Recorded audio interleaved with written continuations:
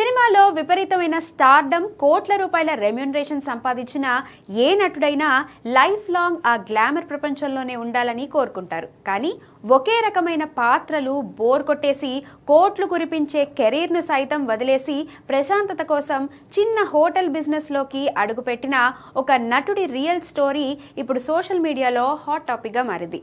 Bollywood classic hit మైనే ప్యార్ Kia సినిమాలో సల్మాన్ ఖాన్కు తండ్రిగా నటించిన సీనియర్ యాక్టర్ రాజీవ్ వర్మ అందరికీ గుర్తే ఉంటారు. సల్మాన్ ఖాన్ ఎవరో తెలియని ఆ రోజుల్లోనే ఆయనతో స్క్రీన్ షేర్ చేసుకున్న రాజీవ్ ఆ తర్వాత హమ్ దిల్ దే చుకే సనం, కోయి మిల్ గయా లాంటి ఎన్నో బ్లాక్ బస్టర్ సినిమాల్లో నటించారు. ప్రతి సినిమాలో ఎప్పుడూ సూటు బూటు వేసుకుని ఒకేలాంటి బిజినెస్ మ్యాన్ పాత్రలు చేయడం ఆయనకు విరక్తి తెప్పించింది.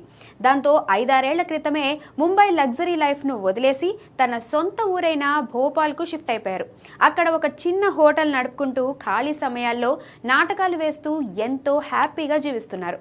జనాలు తన పేరు మర్చిపోయినా పర్వాలేదు, కానీ మనశ్శాంతే ముఖ్యమంటున్న ఈయన నిజంగా గ్రేట్ కదా.